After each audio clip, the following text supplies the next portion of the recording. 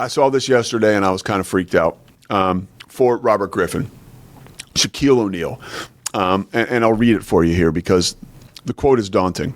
This is one of the very rare times in my life nowadays where I'm out on the trail here in Central Texas and I see an alert come on my phone that says Shaquille O'Neal threatens to punch Robert Griffin in the face. I'm like, okay, I'll bite. And I click on it, and it's a TMZ article, and then I click on the actual clip. And oh yeah, I'll read you the verbatim what Shaq said, okay? But he was on the Off the Record podcast, and he took the opportunity to address Robert Griffin and his back and forth with Angel Reese. Here it goes. This is, I quote, and we're quoting Shaq. RG3, tweet another monkey post about my girl Angel Reese, and I'm going to punch you in your effing face. He said the word. Okay, it's enough. Like, I don't usually do stuff like this, but stop it, bro. You got your job. You got your podcast. Leave my Angel Reese alone. I'm the one calling her and telling her not to respond. Effing stop it. That's the last time, okay? Thank you. Yo, this dude was serious. Like, if he bumped into RG3, I think you would grab him and say that to him. Like, people are pissed at RG3. Not only because of now it's starting to look like he's kind of, and again, I've gone on the record, I'll say it again, disclaimer, qualifier, whatever. I've had experiences with RG3. I think he is a great dude. And there's been instances where I've seen that in his behavior, okay? Now, that being said, some of this behavior we have seen exhibited recently by the former Heisman Trophy winner, first-round pick, Baylor legend. Again, so that makes this whole situation sort of radioactive around here. He's exhibited weird behavior. And staying on this Angel Reese thing is just kind of clunky behavior for a guy of his ilk. And also, you saw Shaq reference the tweet, you know, the fact that he retweeted that racist post and an account that had 33 followers. I can't imagine, or I'm starting to get the sense that it's really frustrated a lot of the folks in the black community.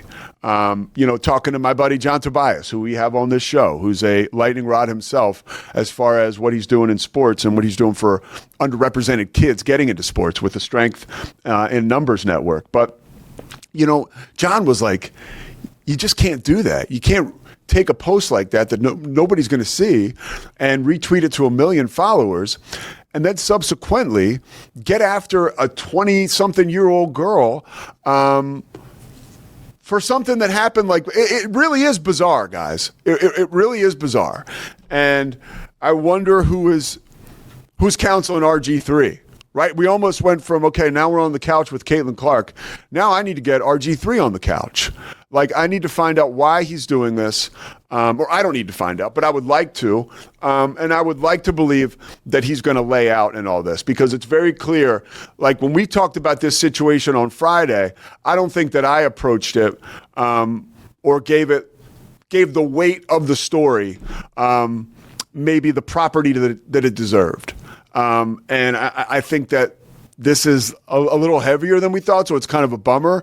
But like, it's getting serious, and I can only hope that Robert Griffin will just lay out. I saw Gilbert Arenas' show, and I think it was what's his name, Nick Young. I think Nick Young was inferring that in his opinion, like, this is coming from RG3's wife. Like, it's it's just a mess, dude. So we love RG3. We love him at the Rogue Media Network. And I hope that, I hope that this situation just, cause the thing is, here's what will make this situation better. That's what'll make it better. Like, RG3 doing nothing. Like, show up to work at Fox, do a podcast, go to Texas Tech, interview Joey McGuire, like, get back to the basics, dude. And everything will be cool.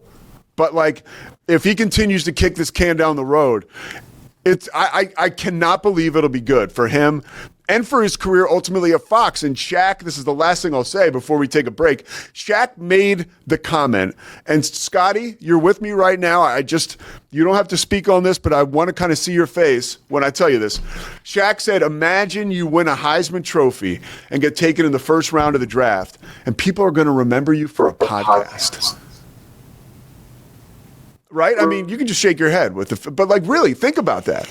Like, this is a guy who... That's what he said. He impacted your life so greatly, being a Baylor football fan forever. Yep. And now he's kind of taken it. We talk so much about legacy.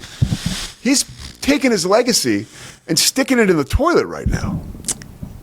Yeah, it's a tough look. Am I wrong?